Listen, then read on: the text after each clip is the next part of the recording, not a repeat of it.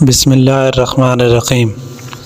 حضور صلی اللہ علیہ وآلہ وسلم کا ارشاد ہے کہ جو تم میں سے عاجز ہو راتوں کو محنت کرنے سے اور بخل کی وجہ سے مال بھی نہ خرچ کیا جاتا ہو، یعنی نفلی صدقات، اور بزدلی کی وجہ سے جہاد میں بھی شرکت نہ کر سکتا ہو، اس کو چاہیے کہ اللہ کا ذکر کثرت سے کیا کرے، یعنی ہر قسم کی کوتاہی جو عبادات نفلیہ میں ہوتی ہے اللہ کے ذکر کی کثرت اس کی تلافی کر سکتی ہے۔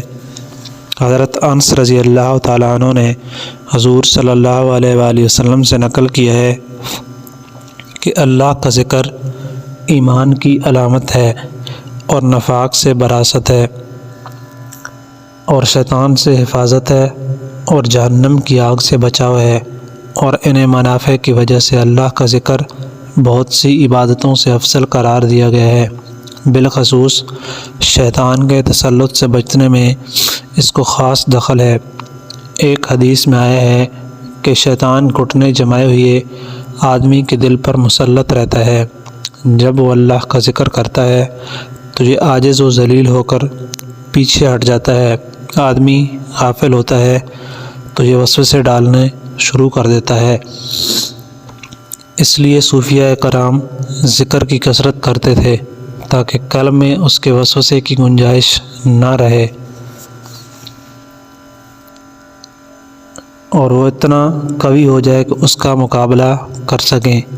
یہی راز ہے کہ صحابہ کرام رضی اللہ تعالیٰ عنہ اجمعین کو حضور اقدس صلی اللہ علیہ وآلہ وسلم کی فیض صحبت سے یہ قوت قلبیہ اعلیٰ درجہ پر حاصل تھی تو ان کو ضربیں لگانے کی ضرورت پیش نہ آتی تھی۔ حضور اقدس صلی اللہ علیہ وآلہ وسلم کے زمانے سے جتنا بعد ہوتا گیا اتنے ہی قلب کے لیے اس مقوی قلب خمیرہ کی ضرورت بڑھتی گئی۔ اب قلوب اس درجہ موقوف ہو چکے ہیں کہ بہت سے علاج بھی وہ درجہ قوت کا تو حاصل نہیں ہوتا، لیکن جتنا بھی ہو جاتا ہے وہی بسائے غنیمت ہے کہ وبائی مرض میں جس قدر بھی کمی ہو بہتر ہے۔ ایک بزرگ کا قصہ نقل کیا ہے کہ انہوں نے اللہ جل شانہ سے دعا کی کہ شیطان کے وسوسے ڈالنے کی صورت میں ان پر منکشف ہو جائے کہ کس طرح ڈالتا ہے، تو انہوں نے دیکھا کہ دل کے بائیں طرف موڈے کے پیچھے مچھر کی شکل سے بیٹھا ہے، ایک لمبی سی سونڈ منہ پر ہے جس کو سوئی کی طرح سے دل کی طرف لے جاتا ہے۔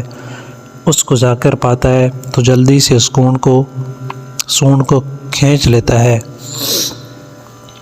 غافل پاتا ہے تو اس سونڈ کے ذریعے سے وسوسے اور گناہوں کا انجیکشن کے طریقے سے دل میں بھرتا ہے۔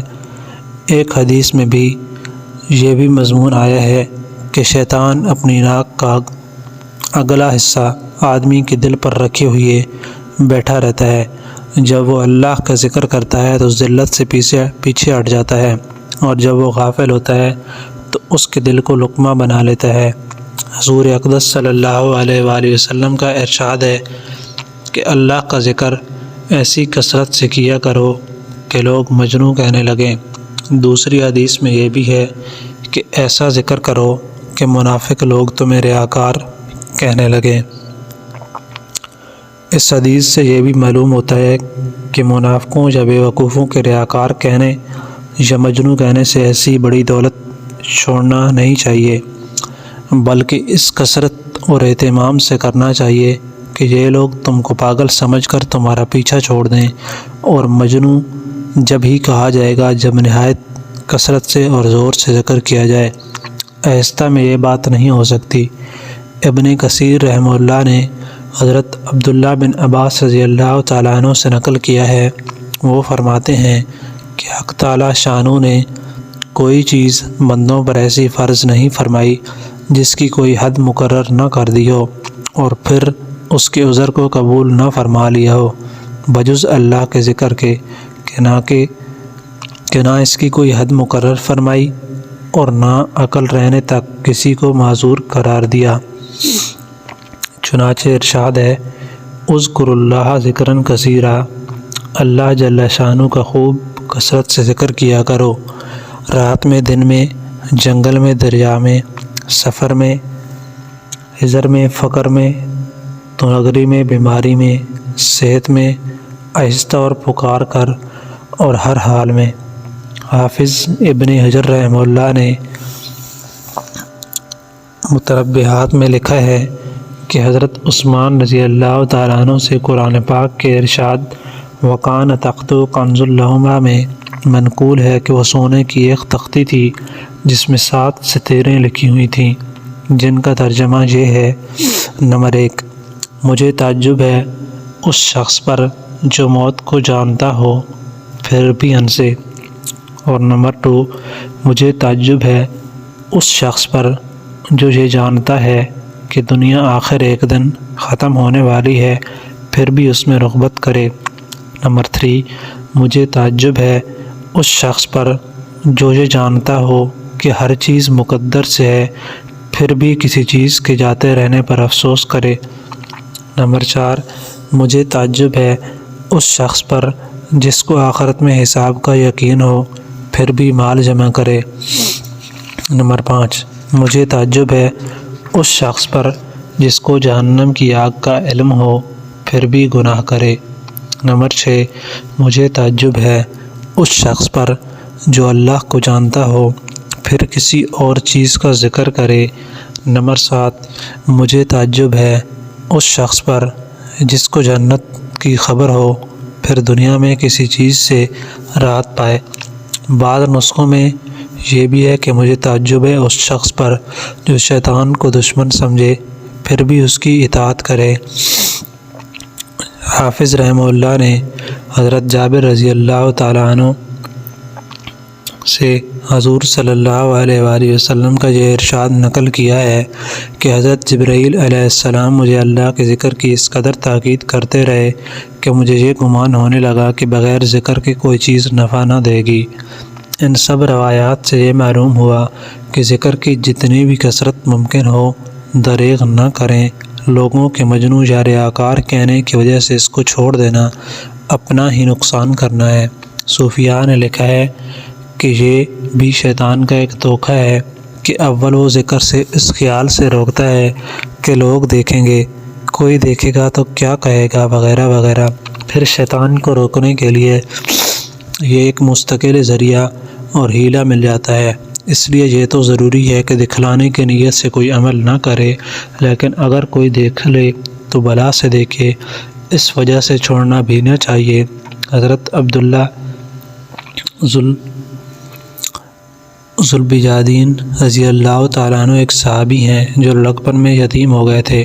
چچا کے پاس رہتے تھے، وہ بہت اچھی طرح رکھتا تھا، گھر والوں سے چھپ کر مسلمان ہو گئے تھے۔ چچا کو خبر ہوئی تو اس نے غصہ میں بالکل ننگا کر کے نکال دیا۔ ماں بھی بیزار تھی لیکن پھر ماں تھی، ایک موٹی سی چادر ننگا دیکھ کر دے دی، جس کو انہوں نے 2 ٹکڑے کر کے ایک سے 70 ڈھکا، دوسرا اوپر ڈال لیا۔ مدینہ طیبہ حاضر ہو گئے۔ حضور صلی اللہ علیہ وآلہ وسلم کے دروازے پر پڑے رہا کرتے تھے تو بہت کثرت سے بلند آواز کے ساتھ ذکر کرتے تھے۔ حضرت عمر رضی اللہ تعالیٰ عنہ نے فرمایا کہ یہ شخص ریاکار ہے کہ اس طرح ذکر کرتا ہے۔ حضور صلی اللہ علیہ وآلہ وسلم نے فرمایا نہیں، بلکہ یہ اوابین میں ہے۔